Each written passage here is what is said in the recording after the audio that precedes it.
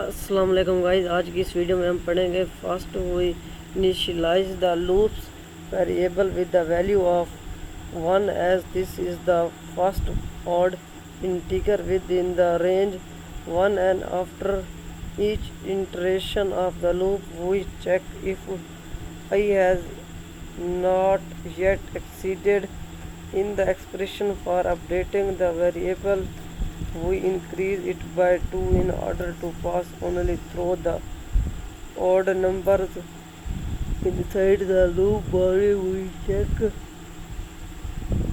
whether the current number is divisible by 7. If so, we call the operator continue, which skips the rest of the loop's body.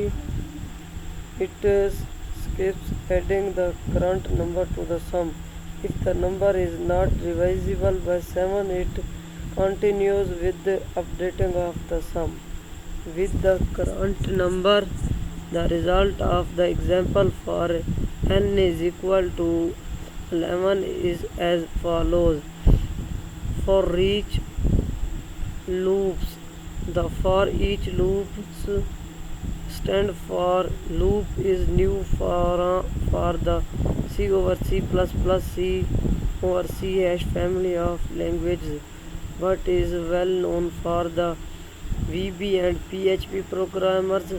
This programming construct serves to iterate over all elements of an array, list, or other collection of elements. It passes through all the elements of specified collection even if the collection is not indexed. We will discuss arrays in more detail in chapter arrays, but for now we can imagine one array as an order sequence of number of other elements. Here is how a for each loop looks like. As it is significantly simpler than the standard for loop and therefore is very often preferred by developers because it saves writing when you need to go through all the elements of a given collection. Here is an example that shows how we can use for each. In the example, we create an array of numbers which are after that one went through with the for each loop and its elements are printed on the console. Then an array of city names is created, and in the same way it is went through and its elements are printed on the console. The result of the example is nested loops. The nested loops are programming constructs consisting of several loops located into each other.